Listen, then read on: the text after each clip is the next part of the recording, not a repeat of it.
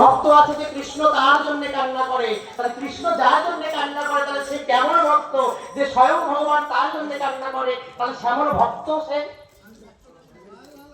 আমরা কান্না করেছি কি, আমি ভগবানের সামনে বসেছি আর আমার পূর্ব শোকের কথা মনে করেছি, আমার সংসারের গন্ডগোল বা সংসারে কেউ মারা গেছে সেই কথা ভেবে আমার মন খারাপ হয়েছে, ভগবানের সামনে বসে আমি কান্না করছি। কান্না বলে না, এটা ভগবানের মধ্যে কান্না হলো না।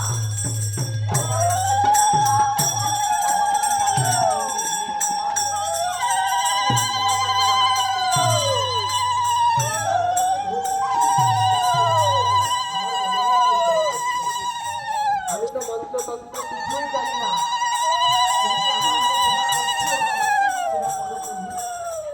একটু সেরা বড় তাহলে আমার এই জীবনই ধন্য হয়ে যাবে, আমার এই জীবনই ধন্য হয়ে যাবে।